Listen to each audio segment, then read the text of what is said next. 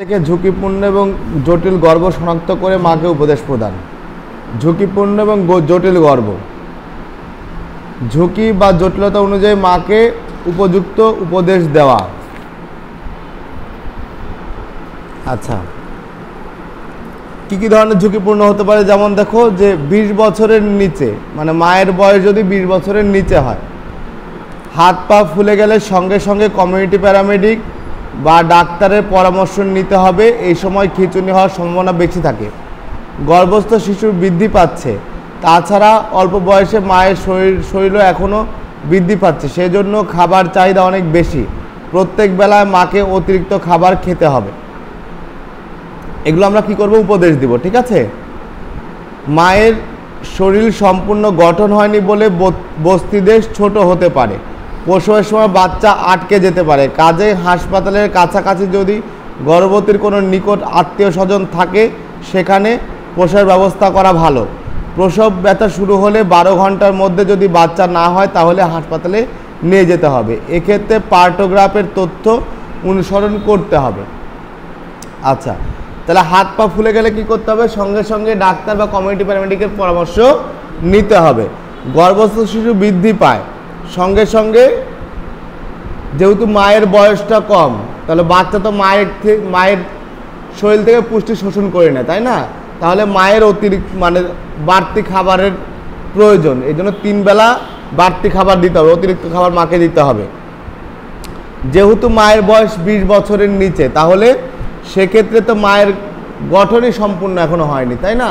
আবার এর মধ্যে বাচ্চা হচ্ছে, তাহলে এই যে পেলভিক যে রিজন আছে, যেটা আমরা বস্তিদেশ বলছি, এই পেলভিক রিজনটা ছোট হতে পারে।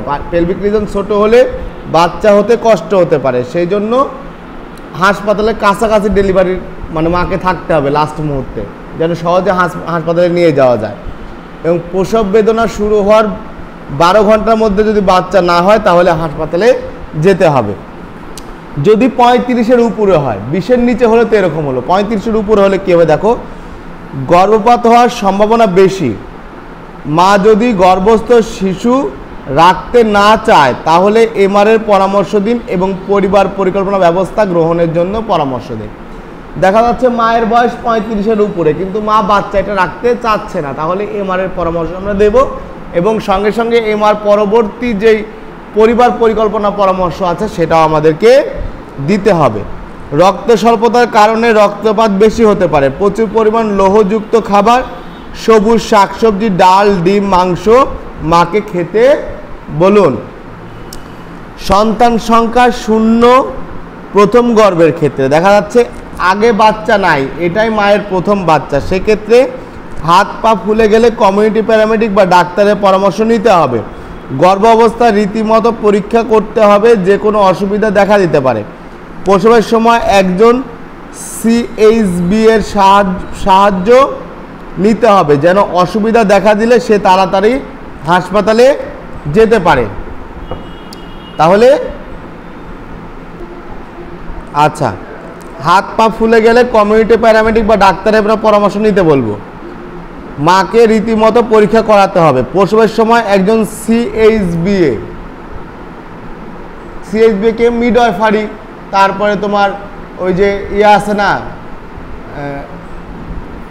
তোমার ইউনিয়ন স্বাস্থ্য কমপ্লেক্স এবং উপজেলা স্বাস্থ্য কমপ্লেক্সে যারা ডেলিভারি করায়, এদের সাহায্য নিতে হবে। 5 বা তার বেশি সন্তানের ক্ষেত্রে মাল্টিগ্রাভিটা, দেখা যাচ্ছে মায়ের 5টা বা তার বেশি সন্তান আছে, সেক্ষেত্রে আমরা কি করব? রক্ত স্বল্পতা প্রতিরোধের জন্য লৌহযুক্ত খাবার যেমন সবুজ শাকসবজি, ডাল, ডিম মাকে খেতে বলুন। জরায়ু একটু ঢিলা হয়েছে বলে প্রসবের সময় রক্তক্ষরণ হওয়ার সম্ভাবনা বেশি। লৌহযুক্ত খাবার খেয়ে রক্ত স্বল্পতা প্রতিরোধ করতে হবে। প্রসবের অসুবিধা দেখা দিলে সঙ্গে সঙ্গে মাকে হাসপাতালে যেতে হবে। তাহলে কি হলো? রক্ত স্বল্পতা প্রতিরোধের জন্য লৌহযুক্ত খাবার খেতে বলতে হবে। এবং যেহেতু 5টা বাচ্চা হয়েছে, সেক্ষেত্রে জরায়ুর একটু হয়ে যাবে না, ঢিলা হয়ে যাবে না, টোনটা তো পরিবর্তন হবে, সেক্ষেত্রে এখানে বেশি ব্লিডিং হতে পারে। এই জন্য মাকে হাসপাতালে পাঠাইতে হবে। মায়ের উচ্চতা 4 ফিট 10 ইঞ্চির নিচে হলে, মায়ের উচ্চতা যদি 4 ফিট 10 ইঞ্চির নিচে, অনেক মা আছে না ছোট খাটো মা, মায়ের বস্তিদেশের আকার ছোট হতে পারে, হাসপাতালের কাছে প্রসব করানোর ব্যবস্থা করতে হবে। প্রসবের ব্যথা শুরু হওয়ার 12 ঘন্টার মধ্যে যদি বাচ্চা না হয় তাহলে হাসপাতালে অবশ্যই যেতে হবে। পূর্ববর্তী সন্তান এবং বর্তমান সন্তানের ব্যবধান 2 বছরের কম হলে, যদি পূর্ববর্তী সন্তান এবং বর্তমান সন্তানের ব্যবধান 2 বছরের কম হয় তাহলে আমরা কি করব? মায়ের শারীরিক দুর্বলতা থাকতে পারে, গর্ভস্থ শিশু রীতিমতো বৃদ্ধি পাবে না, মাকে প্রত্যেক বেলা অতিরিক্ত খাবার খেতে বলুন, দুপুরে 1 ঘন্টা বিশ্রাম নিতে বলুন। দেখা যাচ্ছে একটা বাচ্চা আরেকটা বাচ্চাতে 2 বছরের মানে গ্যাপের আগেই হচ্ছে, সেক্ষেত্রে তো মায়ের শরীরের দুর্বলতা সারারও একটা বিষয় আছে, তাই না? অতীত গর্ভকালীন খারাপ ইতিহাস, যে কোনো খারাপ ইতিহাস থাকলে এই গর্ভে একই ধরনের অসুবিধা আবার দেখা দিতে পারে। মাকে রীতিমতো পরীক্ষা করতে আসতে বলুন, যেন অসুবিধা দেখা দিলে সঙ্গে সঙ্গে চিকিৎসা করা যায়। আচ্ছা, এইটা গেল মাকে আমরা কি উপদেশ দিলাম। এখন বর্তমান গর্ভকালীন জটিলতা, এখন যে জটিলতাগুলো আছে আমরা সেগুলো কি করে ফিল আপ করবো। দেখো, যদি মায়ের রক্ত স্বল্পতা থাকে, লৌহযুক্ত খাবার খেতে হবে, আয়রন এবং ফলিক অ্যাসিড বড়ি তাকে দিয়ে এর খাওয়ার নিয়ম এবং পার্শ্ব প্রতিক্রিয়া মাকে ভালো করে বুঝিয়ে বলুন। পা ফোলা, প্রয়োজন হলে সঙ্গে সঙ্গে ডাক্তারকে দেখাতে হবে, চিকিৎসা না হলে খিঁচুনি দেখা দিতে পারে, যথেষ্ট ক্যালসিয়াম খেতে হবে।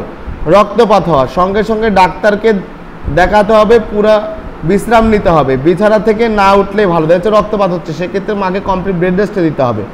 শ্বাসকষ্ট, যথেষ্ট লৌহযুক্ত খাবার, শাকসবজি, ডাল, ডিম, মাংস খেতে হবে, দুপুরে 1 ঘন্টা বিশ্রাম নিতে হবে, ডাক্তারকে দেখাতে হবে। পেটের আকার অস্বাভাবিক বৃদ্ধি পাওয়া, পেটে পানির জন্য যদি পেটের অস্বাভাবিক বৃদ্ধি হয় তাহলে প্রসবের সময় নাভিরঞ্জু স্থানচ্যুত হতে পারে।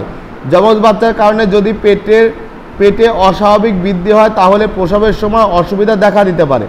এই দুটি কারণে হাসপাতালের কাছাকাছি প্রসব করানোর ব্যবস্থা করতে হবে। ভ্রূণের স্বাভাবিক অবস্থান,